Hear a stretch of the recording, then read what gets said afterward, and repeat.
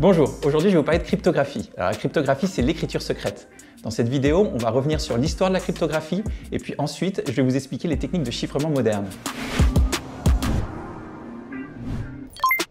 La cryptographie, c'était avant tout un art. C'était l'art de masquer un message. La première méthode de cryptographie documentée remonte à -600 avant Jésus-Christ. C'était le roi Nabuchodonosor à Babylone qui, pour envoyer des messages à ses généraux, utilisait un esclave, lui rasait le crâne, écrivait le message sur le crâne de son esclave, attendait que les cheveux repoussent et ensuite envoyait le messager rejoindre les généraux qui à leur tour rasaient le crâne de l'esclave pour récupérer le message. Ensuite viennent les méthodes de substitution monoalphabétique. Si vous avez été scout, vous connaissez peut-être avocat, K6, K7 ou même le code des Templiers. En fait, cette méthode de substitution consiste à créer un alphabet et faire une table de correspondance entre notre alphabet et l'alphabet que l'on a créé. Dans cette méthode de chiffrement, on partage une table de correspondance avec le destinataire du message. Le message, lui, est écrit dans l'alphabet fabriqué et donc quelqu'un qui intercepterait le message ne peut pas le comprendre. Le destinataire, en revanche, lui, peut retrouver le message initial en utilisant la table de correspondance. Alors ces méthodes de substitution sont très facilement cassables. Il suffit de compter le nombre de caractères qui apparaissent le plus souvent. En français, c'est le E. Et ainsi de suite, on va pouvoir retrouver la correspondance entre l'alphabet et l'alphabet utilisé. Pour complexifier la tâche, on a créé la substitution polyalphabétique. Alors la grande différence dans la substitution polyalphabétique, c'est que la substitution que l'on effectue sur un caractère est fonction de la substitution précédente.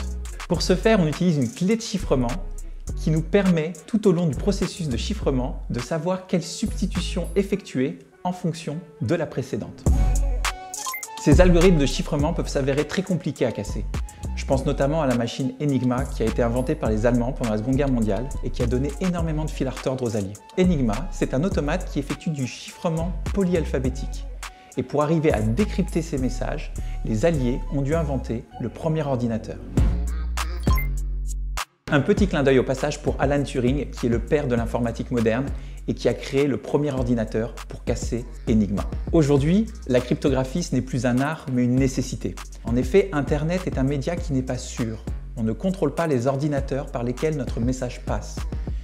Nous sommes donc obligés d'utiliser la cryptographie afin de pouvoir garantir la confidentialité et l'intégrité de nos messages. Aujourd'hui, on utilise des algorithmes de chiffrement.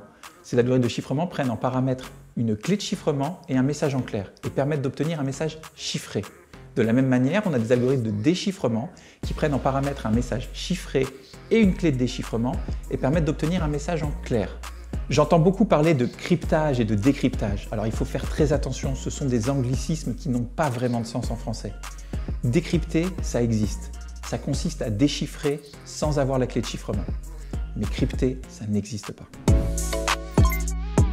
Maintenant, on va s'intéresser aux deux grandes familles de chiffrement, le chiffrement symétrique et le chiffrement asymétrique.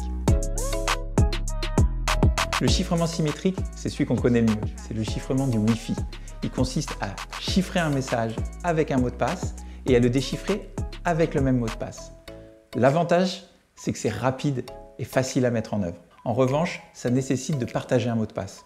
Donc c'est pour ça qu'on a inventé le chiffrement asymétrique. Le principe du chiffrement asymétrique, Alice veut envoyer un message à Bob.